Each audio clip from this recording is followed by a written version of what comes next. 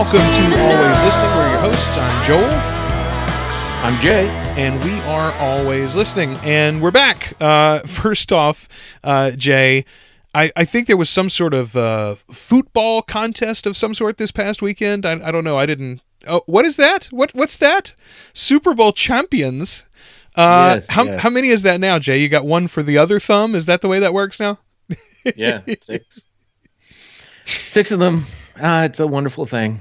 So honestly, man, does it even matter at this point as a Patriots fan? Like, I mean, I saw the picture of you and your son celebrating and everything, but like, I'm a Saints fan. I've had one of these ever, and I don't even watch the NFL anymore, but I'm a LeBron James fan. I've only had, 3 of them ever in the 14 years. I still really enjoy a championship. What does it feel like when you get so many in a decade? Oh no, it's still enjoyable. It's still a lot of fun. I can tell you that right now. It's more fun than not winning one. I can tell you that. The other thing, and I've joked about this on my own podcast, Next Fan Up. I've picked a boyfriend team every season for like the last 5 years, and that's a team that I root for. That's not the Patriots, so that I have like some actual, live or die, because we've joked about this season. It's become the Patriots Bowl. They need to rename it the Bill Belichick Trophy. That all of these things are just, a team gets a chance to play the Patriots in the Super Bowl. That's what every NFL season is at this particular point in time. So I pick a boyfriend team that I'll root for, and I've done pretty well lately. A couple years ago it was the Raiders, and until Derek Carr got hurt, they were well on their way. They did make the playoffs, and then they lost to my husband's, the Patriots. Then last year it was the Jaguars. So once again, rooted for the Jaguars all season until they met my husband's, and then they lost. You know who my boyfriends were this year, Joel? Who's that? The Los Angeles Rams. I actually picked the Los Angeles Rams to win the Super Bowl this year at the beginning of the season, because I thought the Patriots were going to lose in the championship game and not make the Super Bowl in the preseason. And I was like, well, guess what? The boyfriends are meeting the husbands, so got to root for the husbands. So, yeah, it's been a wonderful ride, I got to say. And when you can pick boyfriend teams like I can, man. It's honestly like it's good to be me. Well, you and I should go to Vegas, I think, is what needs to happen there, Jay. I got some investment opportunities for you. So one quick piece of follow-up on last week's episode, our first with this new format. We had a couple of comments about audio. We apologize about that. I was experimenting, Jay. I tried to do effectively live streaming. We didn't actually stream it out. We just recorded it, but we were doing video, and frankly, the audio wasn't connected properly. So that is a good lesson to you when you're creating your show. Don't put the cart before the horse. You might want to add fancy bells and whistles, but until you know that those are working, don't throw the good that you've already developed in your show out to do something else. So this week, the audio should be significantly better. We're going to try something different, and then we'll slowly maybe work up our way to live streaming. Jay, I want to go ahead and move into the news, because we got a big piece of news. It's probably going to be the one story that we end up talking about this episode.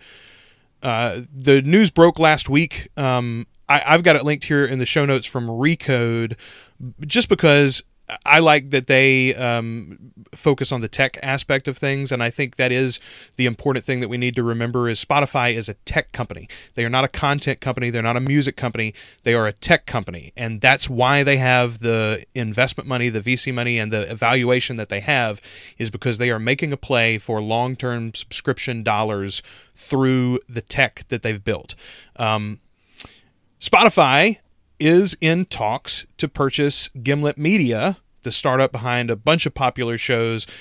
Interestingly, Recode mentions Reply All. I always think about the show Startup with Alex Bloomberg, which launched the network, but obviously in retrospect, that isn't the most popular show across their content, because that's really niche. It's for people like you and me that want to think about maybe launching their own media business. Normal people probably won't listen to that show very often. $200 million is the reported offer, and Spotify would own them outright. It's huge for our business, Jay. What were your initial thoughts when you read the news? I think you actually were one of the first people to post something about it that I saw. Well, I was notified via an emergency email sent by Nick Qua, stating the Recode article, and I think the I want to say the Business Journal also had this news. Nick said that his unnamed source within the company says that the price is actually $230 million, which would be the largest acquisition in podcasting that we have right now. We really only have Scripps acquiring Midroll, which was about $50 million, and we also have iHeart acquiring How Stuff Works, which I think was right around $50 million. So this is obviously much larger than that.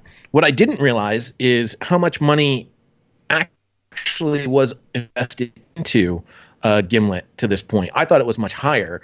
The reports I'm reading, it was only at about $28 million. And I say only because when I compare $28 million to a $230 million acquisition, it's obviously change in the pocket for Spotify.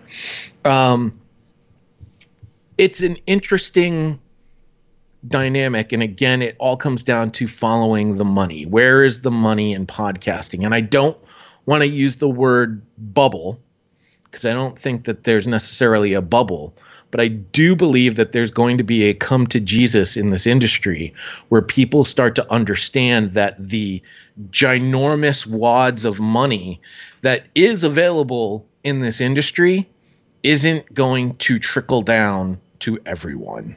And to that degree, we're talking about a company acquiring a content creation company, a content company.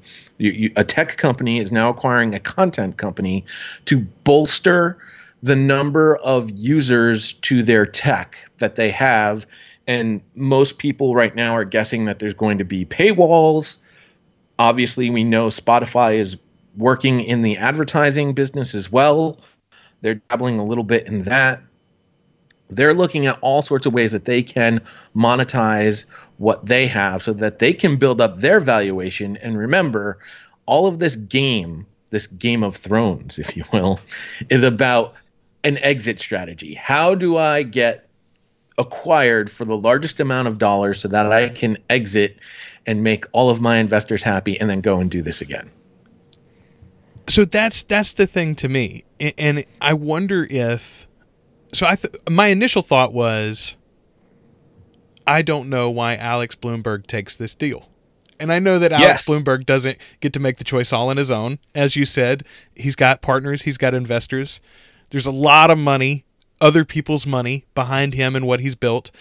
And my initial thought was, this doesn't seem like an out that he would want. First of all, it's not the amount of money that I think is realistically what their value is already in the market. You may be, you mentioned a bubble. Let's assume for a minute that Alex Bloomberg sees the bubble about to burst. Then maybe this could be like his way. I'm going to cash out.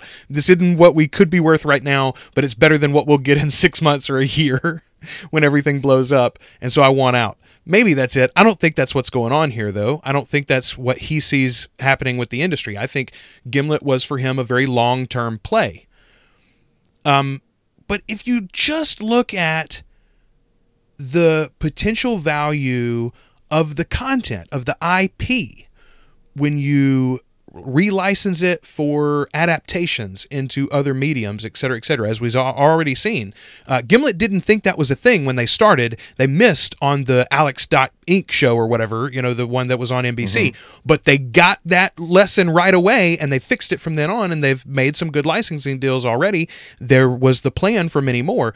I think Spotify sees this as not only a place where we can churn out a lot of great high-quality podcast content immediately, which we then pay zero royalties on or licensing for, versus the music where we pay every time somebody plays it, but also as we're facing the giants like Netflix and Amazon and Apple now moving into video streaming as well as music.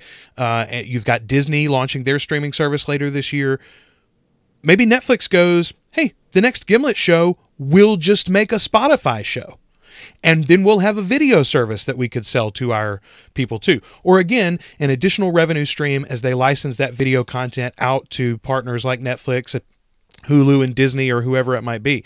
So I think that's the big play for them.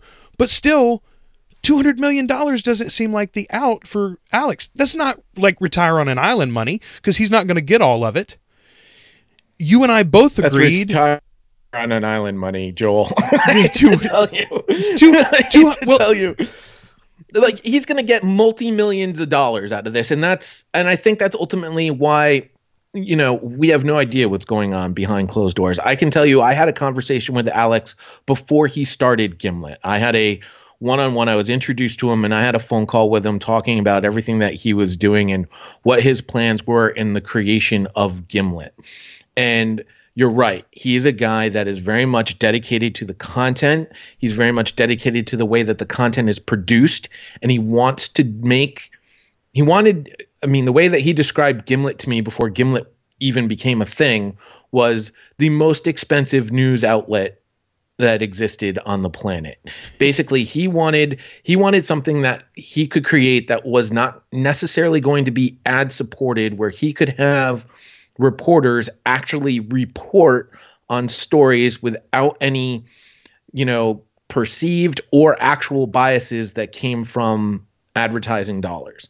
And so that was essentially what his goal was to do. Now, I don't necessarily know if he achieved that goal. I don't know if I could look on the outside and say that he has achieved that particular goal, but he does have a partner who is very business minded, and Matthew Lieber, and he's the other guy at Gimlet who looks at this deal and goes, I can retire. I can make a couple $1 million, sit it in my bank account, and I can be very good to go, Alex. And Alex, as we know from Startup, also has a wife who could also look at that and go, you can make a couple $1 million. And I mean, when I say a couple million, I don't know how much of that 200. I mean, obviously the investors are in for 28 million. How much more percentage on top of that they're going to get out of the 200? They're obviously getting all their money back. Plus they'll probably get some. I'm going to guess though that Alex and Matthew walk away with at least 25, maybe even $50 million a piece. Really? You see, I figured they would be lucky with the I mean, again, because you got to think it's not just like the latest round, it's those initial seed investors. Those are the ones that I feel like have to be getting huge paydays, right? That's the reason why you put $500,000 up when it's literally just a guy in your office telling you about a dream he has, is because you're going to get a massive payday someday. Well, now is the payday. So I figured in my head, I would imagine 10, 15 million maybe. And $10-15 million would change your or my life, absolutely. Will it change their lives? Yes. But again, it's not like buy an island money. No. If you give Alex Bloomberg $10 or $15 million, I think he immediately launches a new business. And you and I talked about it off here. Okay, so let's because we don't know the numbers, we don't know the specifics there. Let's conjecture about this. Will Alex be part of this deal? Will he actually work with Spotify in any way? Can you imagine him staying? I don't think so, but maybe. I know, from speaking to some other people who have signed deals with Spotify, Spotify is very much into creating content that is on their platform, that is their platform exclusive. And they are signing a lot of content creators to make this happen. They are working very planned. They have a plan in place to make sure that the people that they are signing are going to bring in the right amount of money. Obviously you can't sign an Amy Schumer for $1 million and, bring in less than $1 million, right? Yeah. You need to make sure that that investment that you put into that particular content creator is going to come back to you, 3, 4, 5 times fold. And I don't know what exactly that number is that they're looking to achieve, but it's difficult. Like we know, it's difficult to create a hit podcast. Gimlet's got 24 owned original pieces of content. They've created a Hollywood division, if you want to call it that, where they are creating now other medium based off of the podcasts that they are creating. Homecoming was a very popular show on Amazon, and that was a podcast first from the folks at Gimlet. And I think they announced that they're launching another true crime series literally just yesterday. So Gimlet is still churning out shows, and they have a formula that works with an audience that's very much dedicated to what they're doing, where they can continue to create these big hits. And Spotify obviously sees this, make it Spotify exclusive. Spotify now, like you mentioned, has full ownership over these shows so that they can, advertising dollars will come directly to them. They cut out the middleman. They no longer have to do like a partnership. They don't have to split it 50-50. It all comes to Spotify. They do all the work. They do all the deal. It's only on Spotify, so now they are hoping that more listeners come to their platform to listen to it. And from everything that we hear from Rob Walsh and Todd Cochran, Spotify is a legit number 2 listening destination now for podcasting. But again, the only ones that are benefiting out of all this are the top 1%ers in podcasting. All right. How do you get those big ad dollars? You need to have big audiences. You need to have 10,000 listens or more per episode to get those live reads. And that's just the beginning. So we're talking about shows that are in the top 1% of podcasting. Well, 1% of 600,000, and it's not even 600,000 because we know Anchor is, devoting what I think like 45% of dead shows with less than 3 episodes. Ridiculous figures. So let's just go back to the number that we really do trust, like 250,000. So 1% of 250,000 is not a lot in the grand scheme of things. So if Spotify can control a good chunk of that 1%, now you can sort of see, like, it's all about just chasing the dollars, people. You just got to keep looking and watching and seeing where the dollars are. They do exist, but again, eventually I talked myself out of a job with someone because I literally did the math for them and said, what you're looking for doesn't exist. It's a unicorn. And it's not even a unicorn. It literally just doesn't exist. So you have to understand the mathematics behind everything, where the money is going, and how it's going to affect everyone.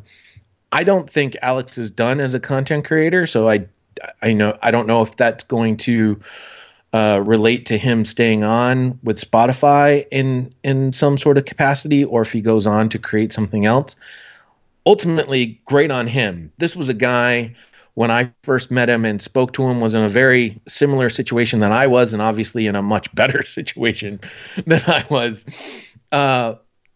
where he was working for a place, wasn't feeling content with the job that he was tasked to do for someone else, wanted to create something for himself, did so, and now has done so at a very successful level.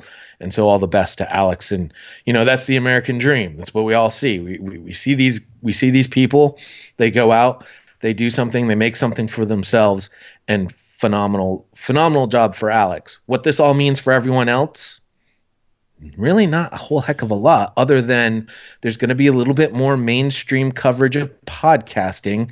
So if you have a podcast, you're sort of related. You're hoping that sort of trickles down to you. It's like, oh, well, I can listen to these Gimlet podcasts. Well, I can also listen to these other podcasts that are out there. And if you have one, well, congratulations. Hopefully this news will help bring a few more earbuds your way. Here's the other thing that I'll say that regular podcasters can take away from it, Jay. Just like what we've seen with Disney, where they own Marvel Comics, and Marvel Comics has become a experimentation laboratory for them. They work on storylines, they work on character ideas and shifts and different ways that things can play out, and then the things that sort of crop up and showcase the best audience response and the most consistent storytelling, they go, okay, we'll promote that to the movies now, and we get a second medium out of it. The comics are a cheaper laboratory than trying to spend that money and make those stories, experiment with that idea on television or on the movie scale. Gimlet is doing this very specifically with fictional storytelling. They're working in the audio medium first because it's cheaper per minute than video is. And then the stories that are best, the stories that sort of hit, they rise to the top. I think about an author who is maybe working through the process of self-publishing, and it's a hard row to hoe, and there's a lot of money that you end up putting out to make that happen on a scale that you'll be proud of. But if you've got any sort of audio know-how, if you are already a fan of podcasting, there's a million how-to podcasts out there. You can follow that sort of stuff. You can DIY it yourself, and you could produce an audiobook through a podcast medium, gain traction. And just like with The Martian, it was self-published, and then everybody wants to buy it.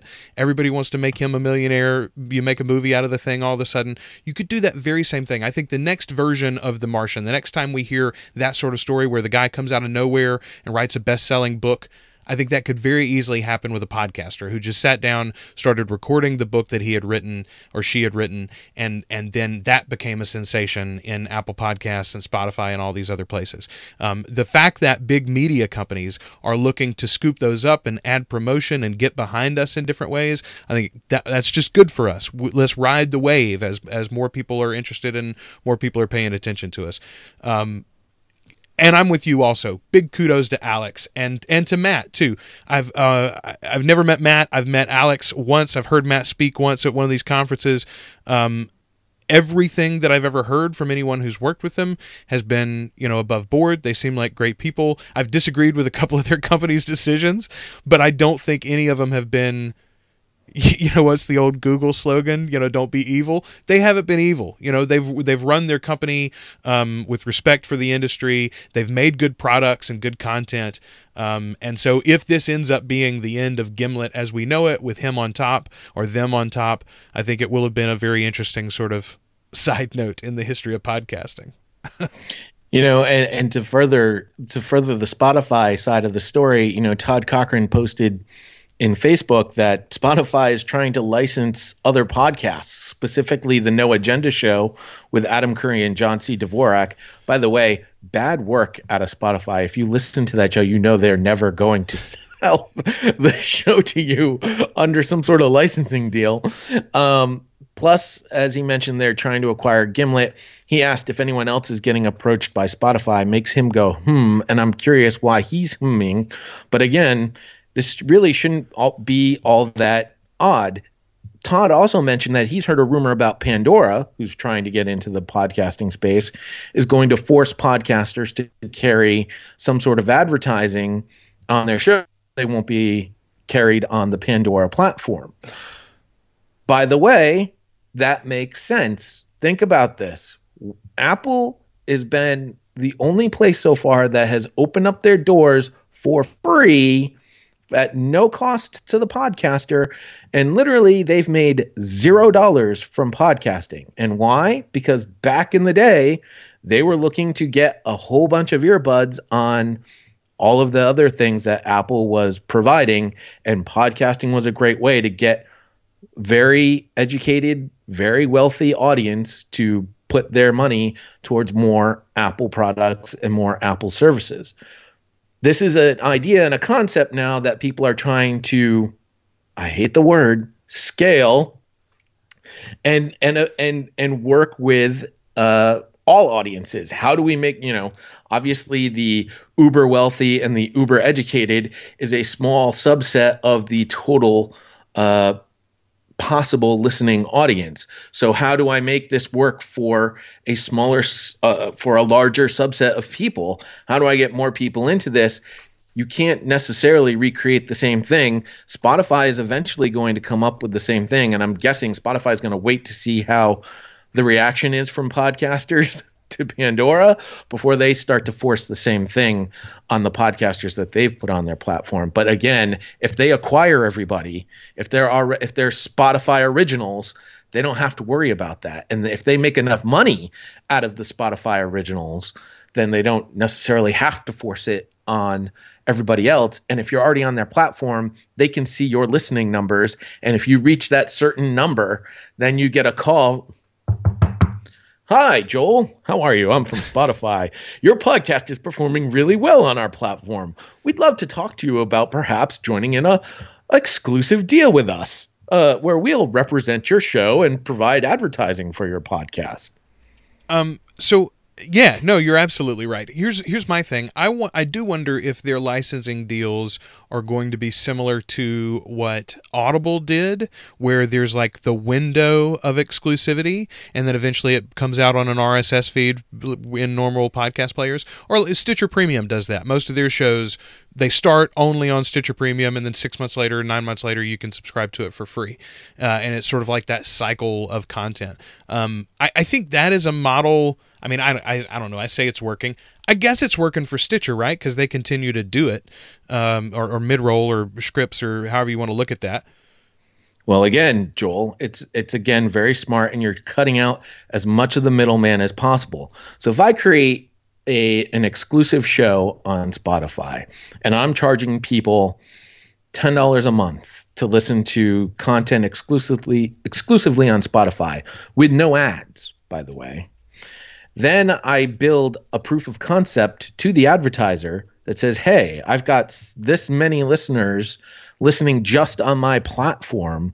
When I go and release this podcast to the masses, I expect to see this much more growth from my listening audience. And thus, that's why you should pay me a premium in advertising, because we're going to do the advertising for these podcasts on those other platforms that it now becomes available on. They are done with their money. And when you see all of this and start to understand why some companies are very much on board with IAB compliancy and why it's very important to this industry for everyone to be IAB compliant and go through the accreditation process that has been created by the IAB. It's very important to understand why there are some companies that believe that there needs to be a podcast trade association, so that things like what I just described aren't necessarily things that will happen, because ultimately that will ruin podcasting. You're going to devalue the advertising, and then those big CPM numbers that you're all chasing in that top 1% gets dropped down considerably. It is, and again, I hate terming this the Wild West, because there are still a lot of podcasters out there that are doing their own thing, and they don't take into consideration exactly what it is that they are doing to the entire industry when they go and act as a rogue client, for instance, or if they just ignore, what else is happening in the industry, and they don't understand that they're one little, I approach a advertiser tomorrow and I charge them $100,000 to advertise on my podcast, but I don't have anywhere near 10,000 listens or whatever. I've got like 100 or 500 listens to my episodes. They don't understand that has a bigger effect on the industry as a whole than just on your little podcast. Yeah. I mean, significantly more effect on the industry as a whole than on you as a person. Okay, so frankly, we won't know how this turns out for at least a little while. I don't think this is going to hang out there for very long. It's been so public. It was so talked about. It even hit some mainstream news. And I think because of that, if Gimlet is not interested, very quickly that will come out in one way or another, or if this is not a number nearly what it's going to take to get them bought, then that'll come out. And if it is, then I think it'll close pretty quickly too. I think it wouldn't have broken if the talks weren't fairly far along already. Don't you agree? I mean, I think if this was just exploratory, I don't think it would have come out like this. Well, the other theory is that it broke out like this because perhaps the talks were breaking down. And perhaps so one side is using this as leverage, effectively, the public knowledge. Well, right. So I mean, here's the thing. Gimlet is not a publicly traded company still, right? No. I mean, this is not, there's not been an IPO. These are all private investors. So they would all be on the inside of any of this anyway. So it's not like, I don't think there's any. Again, I don't buy that really. I don't think either side really gains anything by putting public pressure, other than if some of the folks at Gimlet really wanted this. They really wanted out, but it wasn't quite going to happen. And they think by making it public, there'll be another entrant. You know, there's another company out there that goes, well, hell, I got $250 million to spend. Let's give them a call, you know? Well, here's the thing, though.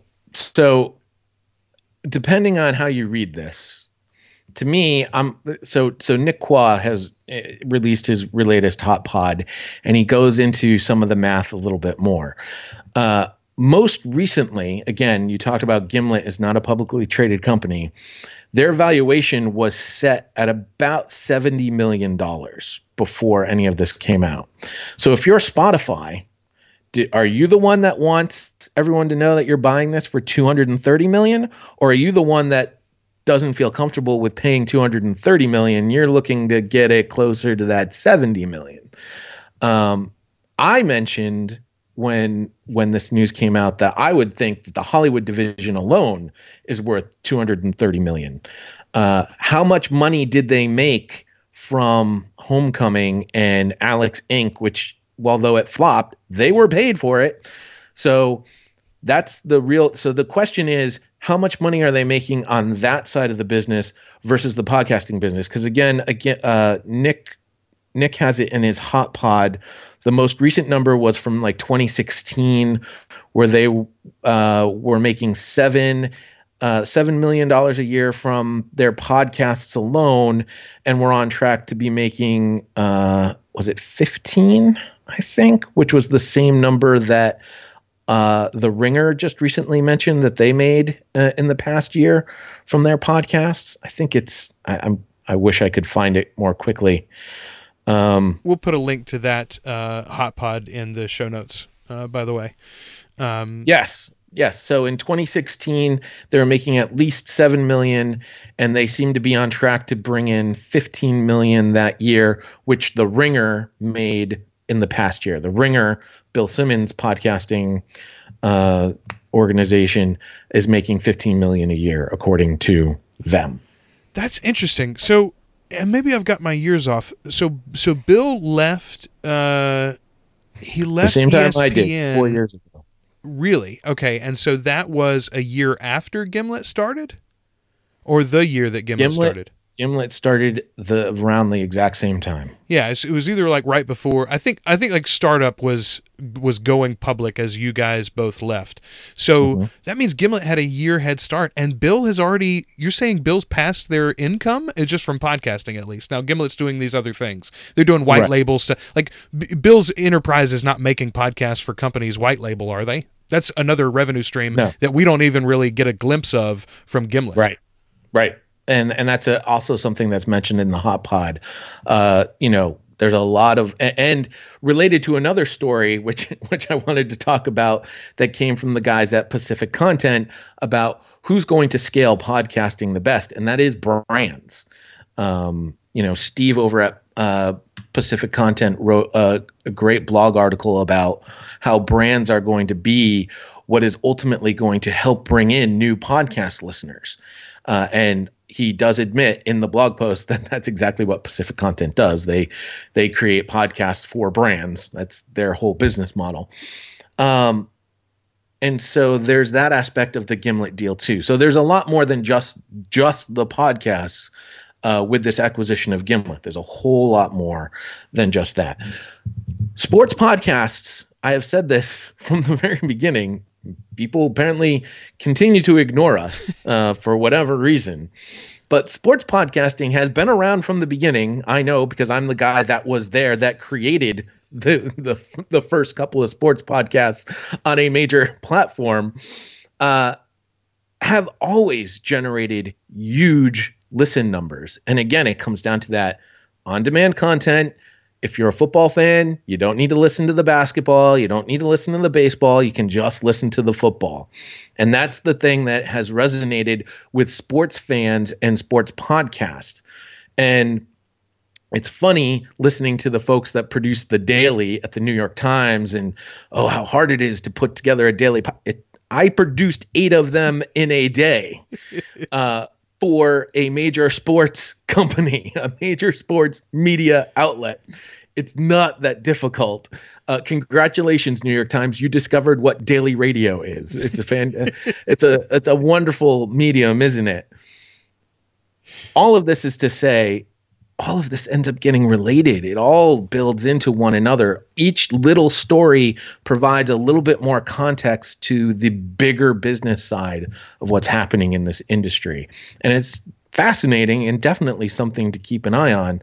The problem becomes that 14-year podcasting veteran who can speak the business side of podcasting is still sitting here going, hey, hello, I can help you. It's Tuesday morning and I'm talking to my buddy in Louisiana over Skype. Good morning, guys. Yeah. Well, I say you and me just need to go out and start the next Gimlet and get purchased by Spotify in 2 or 3 years. That's what we need to be working on. I think you're right. I think what can we call it? Let Gim or we got what's the verse? What of, I don't even remember what does Gimlet originally mean? It's a sound thing, isn't it? It has something to do with sound, but I can't remember what the actual definition was.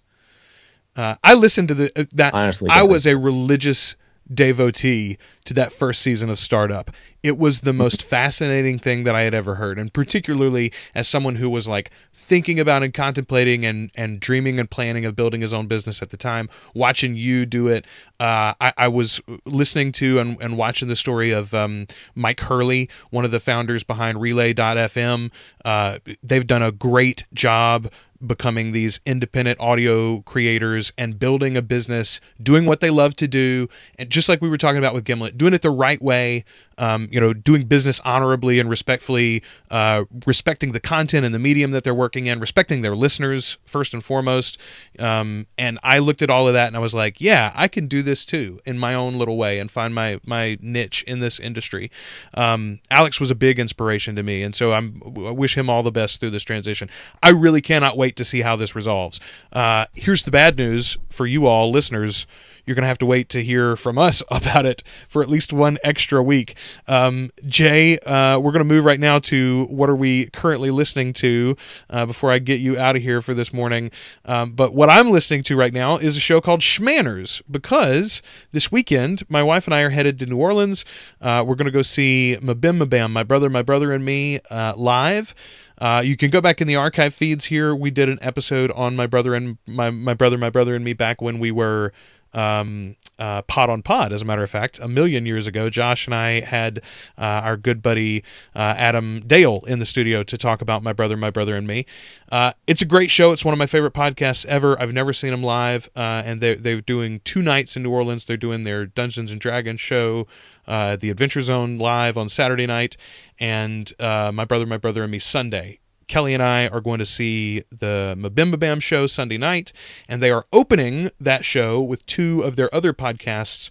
One of the brothers and his wife does a show called Schmanners, which is about the history of etiquette, and one of the other brothers and his wife does a show called Sawbones, which is about the history of medicine, and both of those shows will open up. I can't listen to Sawbones because they talk about a lot of gross stuff. So I don't know how I'm going to handle that live. I may go get popcorn for a while. But Schmanners I actually like quite a lot. It's Travis McElroy and his wife. They host that show, and there's a link in the show notes as well. But if you like comedy at all, it's one of those things like... I listen to a lot of music, and I listen to a lot of musicians talk about music theory and stuff, and one of the things that you'll hear a lot is like siblings who sing together. They have this thing called blood harmony, where it's a real thing, where they have this innate ability to connect to each other musically. They just understand each other. Sometimes it can happen with people that aren't siblings too. It's like if you've been singing together long enough, you have that sort of like connection or whatever, but it happens a lot with siblings.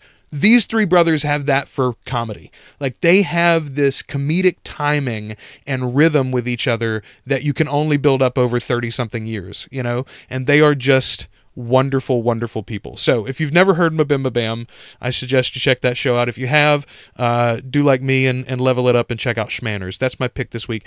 But because we're traveling out of town, we're not going to have a recording next week, Jay. We'll take 1 week off, and then we'll be back around the 18th, 19th. We'll be back on the air for you. Well, I'm going to cheat again this week Sorry. Just like Brady. Whoa, how dare you? How dare you go there? But I'm going to give you another sports podcast. This one's called Scouts Honor. It's done by Paul Crane and Dave T. Thomas. Paul Crane is a former CNN sports anchor and does a lot of sports broadcasting currently. Dave T. Thomas is the super scout that you've probably never heard of, but has the inside ear of a whole bunch of football teams, baseball teams, hockey teams, basketball teams, and he absolutely dishes the dirt. He will tell you exactly who these teams are looking to draft and why they're looking to draft them. And one guy in particular that he bends the ear of quite a bit is Bill Belichick. So when I talk about the last year's offseason smoke that existed about the New England Patriots, there was a lot of truth behind the smoke that was out there. So I highly recommend the Scouts Honor podcast as we enter the NFL offseason, because if you want to know what your team is going to do in terms of the upcoming NFL draft and free agency, Dave T. Thomas is going to be the guy who knows exactly what they're going to do. How much does he look or sound like Mel Kiper? That's what I want to know. Neither. He doesn't look or sound anything like him. He actually, it's funny because he did provide the scouting book to for a number of years to all 32 NFL teams. Wow. Like 400 pages worth of notes on every available draftee every year.